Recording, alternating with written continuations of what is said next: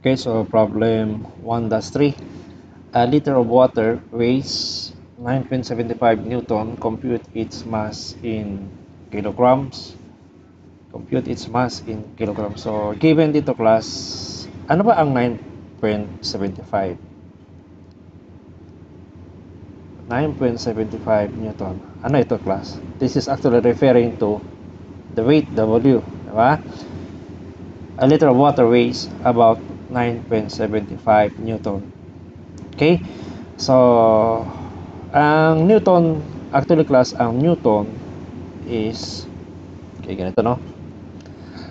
Ang Newton is actually, di ba, kilogram meter per square seconds. Right? So, he is asking for kilograms, mass in kilograms.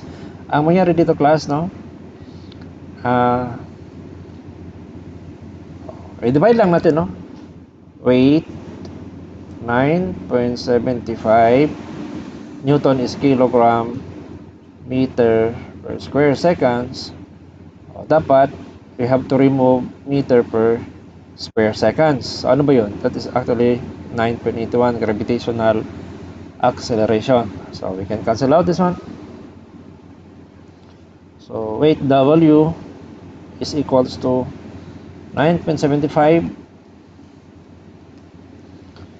compute mass, no? Kilogram. Okay, 9.75 over 9.81.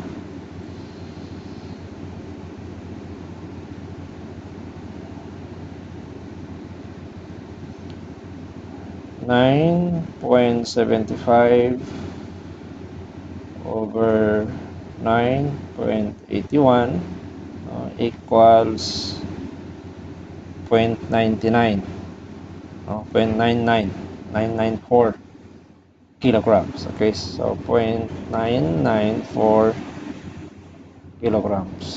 So this is actually, hindi na ito weight, no? This is not anymore weight. Remove natin ito. This is actually mass na siya. Mass na yan. Diba? So, ayan, mass. Ayan. So, mass is equals to 0.994 kilogram. Again, no, actually, diba, ang weight, the unit of weight is Newton. Ang ibig sabihin ng Newton is kilogram meter per square seconds.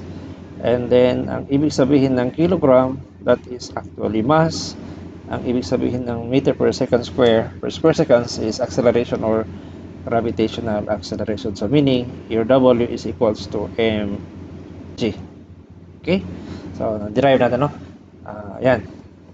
Mass is equals to 0.994 kilogram. Okay, next example. Saan ba yan? Meron ba yun? Okay, this one.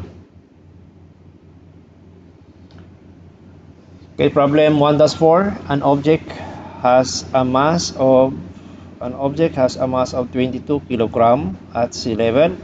What will be its weight at the point where the acceleration due to gravity is 9.75 meter per square second? What will be its mass at that point? So, makikita natin class, ang given dito ay 22 mass, no? Given mass of 22 kilogram, because he is asking for the weight. He's asking for weight W, which is equals to mass times gravitational acceleration. O, ang mass natin is 22 kilogram times, may binigay na G natin, which is 9.75 meter per square seconds. So, our W is equals to 22 times 9.75. Okay, 22 times 9.75, okay, equals 214.5. 214.5 kilogram meter per square seconds, or that is actually 214.5 Newton. Okay? And then letter B, what will be its mass at that point? So mass ay constant kahit saan man yan, pareho lang ang kanyang mass, which is again the same as 22 kilogram. Okay?